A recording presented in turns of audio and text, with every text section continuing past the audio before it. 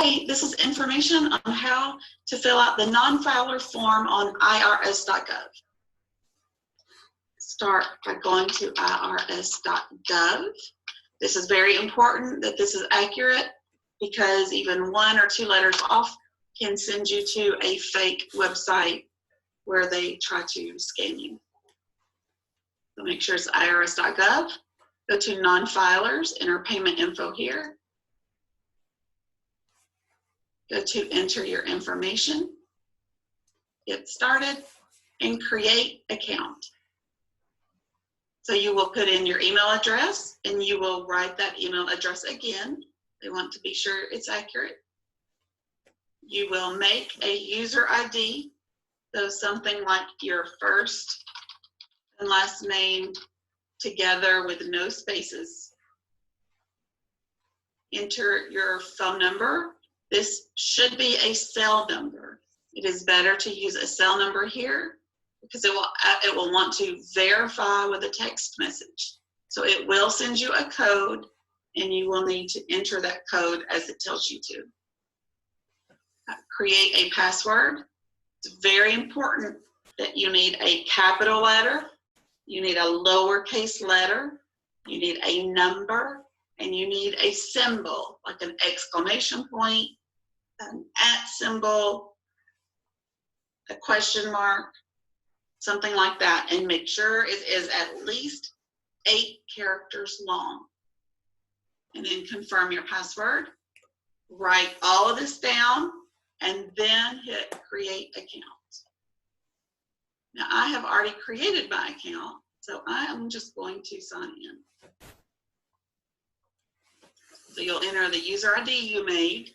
Like I suggested, your first and last name together, no spaces. You'll enter the password in that you made, and you will click sign in.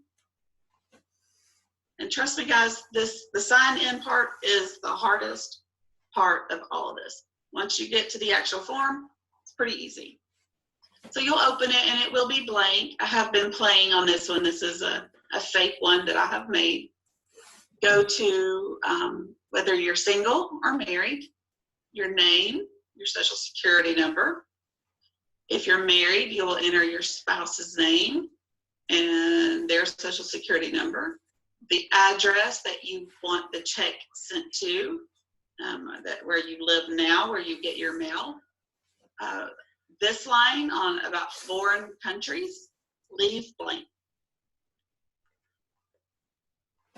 And then if you have children, you will enter their names and social security numbers here and their relationship to you. So brother, sister, son, daughter, these are people that depend on you for their income. And it says for dependents IP PIN, just ignore that, leave it blank. Go to banking information and you will enter the routing number on your checking account and your account number on your checking or savings account.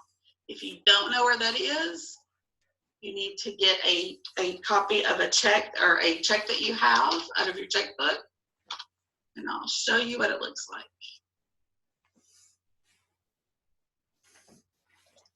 So right here is a good picture. Here's the routing number, is the very first number at the bottom, that series of numbers. And you have this little bracket here that divides it, and that's your account number. You put those numbers in and choose whether it's checking or savings. And then here it asks you for an identity protection pin. Leave this blank and continue to step 2.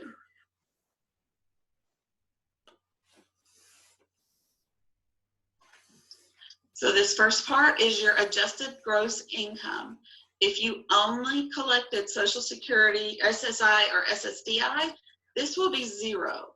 So you will enter 0 here if your only income is for SSI or SSDI. Now, if you work a part-time job, you will need to add the total wages to that. So if you draw SSI, SSDI, they count that as 0. But if you made $4,000 working at McDonald's, you need to put $4,000 there. if that was your total income for 2019. Otherwise, if you draw Social Security, only 0. And the same for your spouse. It says last year's 5-digit PIN. Ignore this. Leave it blank. Today's date. Fill in what today's date is. Cell phone number. You'll put in your cell phone number there. And you can choose any 5 numbers for your PIN. This is important, so you will need to make one. Do not use 0, 0, 0, 0, 0 or 1, 2, 3, 4, 5. So make up one that you know that you can remember. And one for your spouse if you are married. Your date of birth, so you put in your birthday here. And your driver's license number, the state that your driver's license is in, the date that it was issued, and the date that it expired. The issue date and expiration date are at the top right if you're in Georgia. Let's see what Tennessee looks like.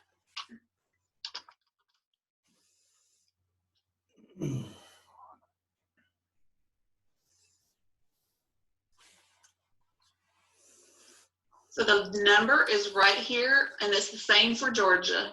The driver's license number is at the very top left.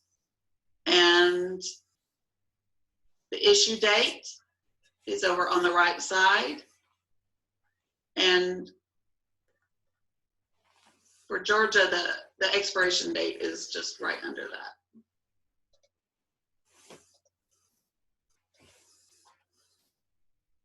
So fill out your driver's license information. You are finished. Make sure this says your email address is verified.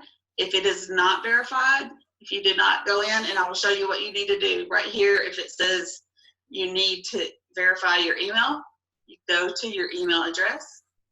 They will have sent you an email when you created your account. So click on that. Click on confirm my account's email. And it says email verified, continue. Now, one thing you can do if you need to leave this page, make sure you hit save so that it will keep your information, and when you go back to it, it'll be there and you won't have to start over. And that's it. Feel free to call me if you have any questions. 423-664-3068 is the number for Deaf Services in Chattanooga. Thank you.